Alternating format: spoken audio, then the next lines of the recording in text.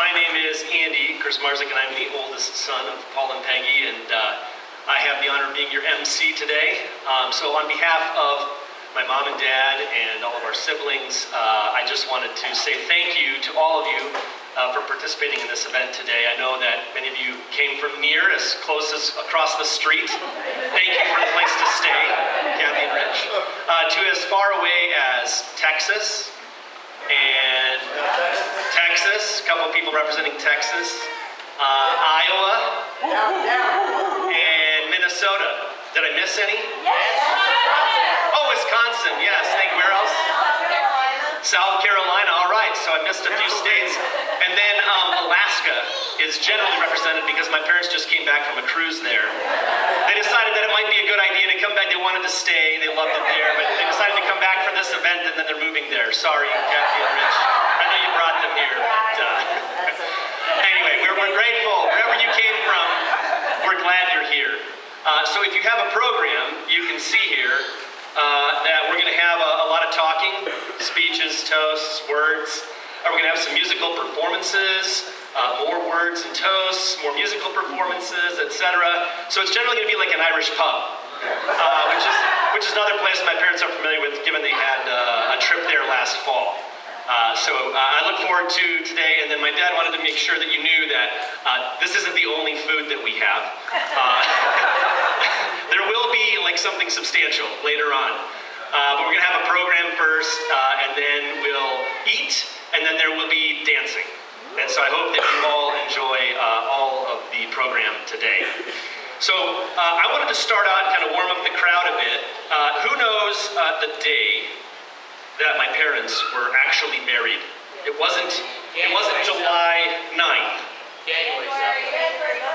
January 27th, 1973. What do you think the top musical songs were of the time? Mozart? Mozart, Bach. That's a pretty good guess. Wrong.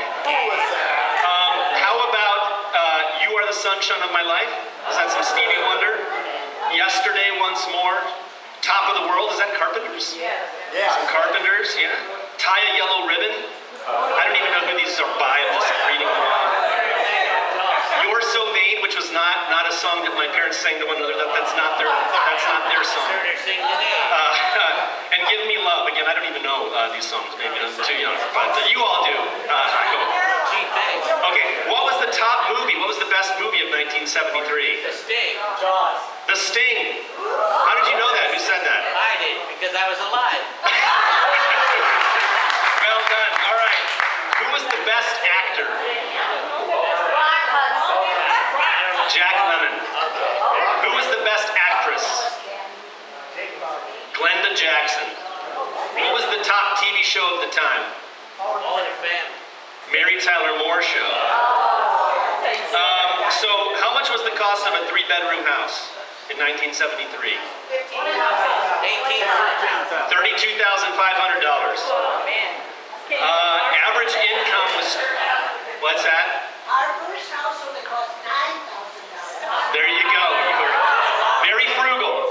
Very frugal. 74. Average income was $12,768.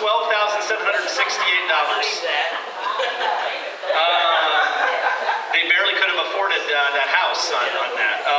And finally, gas was 39 cents, as was bread. And milk was $1.42 and bacon was $1.33. So things are a little bit different. Last thing I'm going to share is that some things that were new were push-through tabs on cans, and they replaced pull tabs. Self-correcting typewriters were released by IBM. In fact, Richard probably has his name on that patent as well. He has like 75 patents, probably on that one too. And there was a price freeze on retail food prices. Anyway, enough of all of that. Let's get into the program. So there are going to be several toasts, and I get the honor of doing the first one. And so we pulled together this very nice booklet for my parents. I'd sent out emails in advance and said, hey, if you want to share something, please send it to me. If you did, thank you. If you didn't yet do that, there will be a one-time reprint of this booklet, and I will give you until the end of this next week to get me your write-up. to include it in what will be a hardbound version that will be given to my parents. I gave them a version of it yesterday, but I want to get them one in like an actual hardcover book. So for that, I wrote a few things, and I just wanted to read from that. Not all of it, because that'll take too long, but just a few things. So the first was, what's your favorite memory? And I said, my favorite memories are a treasured mosaic of all our family vacations and Christmas gatherings. The songs we sang together on our road trips, the amazing places we visited, and how you placed me within the striking distance of hitting all 50 states, which I did by 30, because Dad didn't like to fly. So he wanted to drive everywhere, which was actually very beneficial. But it was an extraordinary gift. And our family Christmases just continue to be my favorite time of the year. I just can't wait to be with you, my siblings, and all the nieces and nephews. You've created a home where we all want to return. That's not true in all families, am I right? And we know that it's a place where we continuously experience unconditional love, unwavering hope, and an indescribable joy. So the second question was, how would you characterize their marriage in 5 words or less? And I'm not going to do all 5 of my words, but I wanted to pick out a couple. First is generous. Whenever someone is in need, you are quick to help out. Whether it's preparing meals or caring for a friend or family member who is sick or requiring support, you are always the first to be there for others. The second is open-minded. I cannot recall a time when you made a judgmental comment about someone different from us, whether that's based on race or religion or some other, unique social quality. You taught me to value diversity and to love others regardless and maybe even because of their differences. And for context, I just wanted my 2 kids to stand up so everybody understands why that's so important. So Isaac and Caitlin.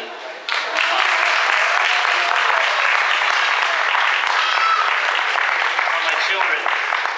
And from the very beginning, they were very welcoming. And again, I don't think that that's something I take for granted. And so thank you for the gift of valuing diversity. And the last is curiosity. One of the reasons you make friends so easily is due to the fact that you're genuinely interested in learning about them. You make people feel special as you pursue the details of their life. And you're fully present, listening and remembering those details over time. You bring the same curiosity to your travel adventures together, learning about other cultures and places. And so these 3 traits I see in myself, and that's your legacy, and I'm really grateful. The third thing I want to say is that it's in response to what's something you learned from or admired about them.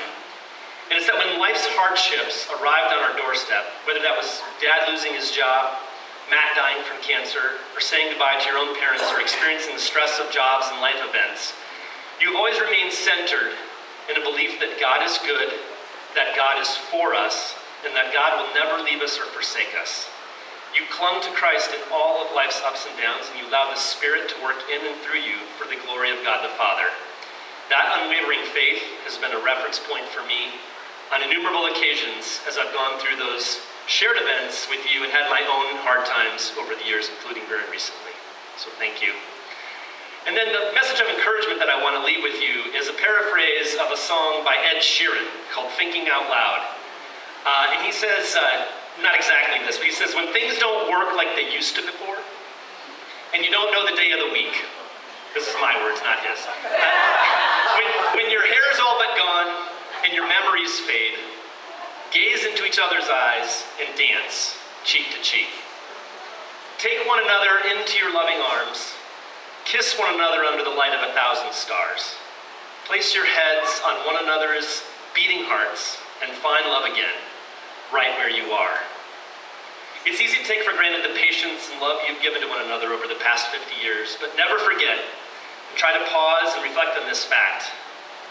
You've got something incredibly special and unique and enduring, something that every young couple getting married wants, but doesn't always achieve. You worked hard to sustain your marital devotion, and you've earned every cherished moment, every forgiven offense, every time you comforted and cared for each other.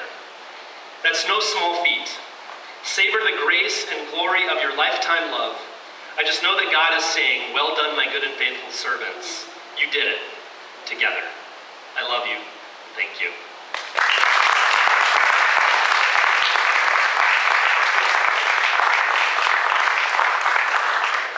Next up, we have my sister Stacy Plummer.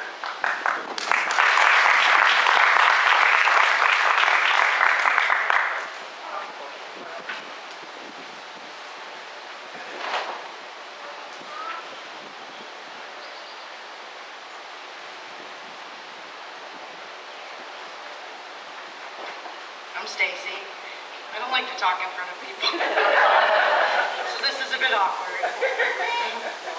But I also want to take something that I wrote from an excerpt from the question. So the question that I wanted to share with you all was, what message of encouragement would you share with them?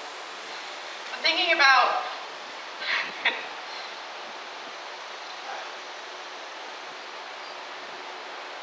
sorry.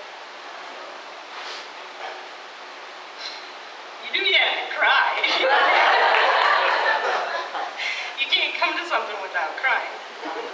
Anyways, when thinking about my parents' marriage of 50 years, I'm truly in awe. And I feel a great sense of pride for them, that they have reached such an honorable milestone in their marriage and their lives. According to statistics, fewer than 5 to 6% of marriages last 50 years. So celebrating 50 years of marriage truly is a milestone anniversary. A fun fact is that the 50th wedding anniversary is often referred to as the golden wedding anniversary, because like precious metal, gold, this anniversary symbolizes beauty, strength, and resilience through the ages. I think my parents' marriage has definitely exemplified these characteristics during these last 50 years. But I would say that we cannot forget the creator of gold, God, who has surely helped to sustain their lives and marriage. It is interesting to note that during biblical times, gold was viewed as a blessing from God. When God gifted someone with gold and silver, gold was viewed as God was pouring out his love and protection to someone special. Therefore, when God sent someone riches, the people recognized them as favored by God. I'm thankful that God has shown my parents favor by blessing and sustaining their marriage for 50 years. And one final thought that I would like to leave with you from God's holy word in 1 Corinthians 13, 4 to 8, and 13 is, and I think you've exemplified this as well, most of the time.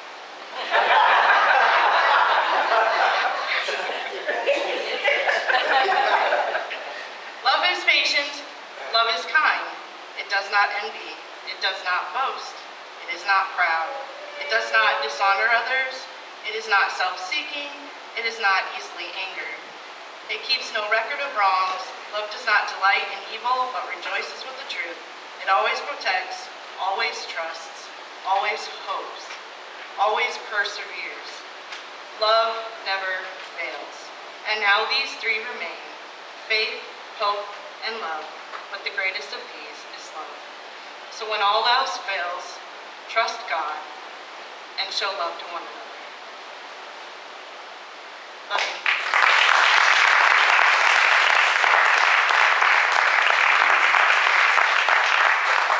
I never knew Stacy was such an amazing writer, but now I've seen a couple times where she's written over the years, and she's really very thoughtful. Next up is Tony, and if he thinks I'm going to put my arm around him, he's got